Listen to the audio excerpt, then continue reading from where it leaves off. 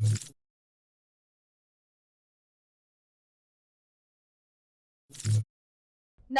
હું છું પ્રિયા અને તમે જોઈ રહ્યા છો જનતા કી જાણકારી ન્યૂઝ।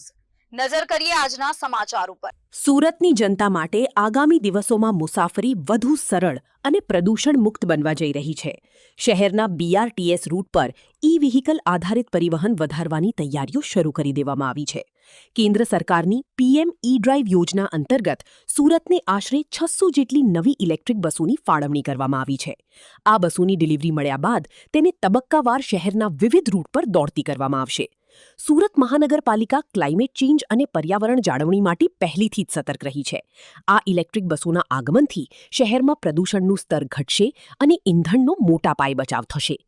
PM ઈ-ડ્રાઈવ યોજના હેઠળ મળનારી આ બસો સુરતની ગ્રીન મોબિલિટીને નવું વેગ આપશે। આધુનિક સુવિધાઓથી સજ્જ આ બસો દ્વારા મુસાફરોને ધુમાડા અને અવાજ વગરની શાંત મુસાફરીનો અનુભવ મળશે।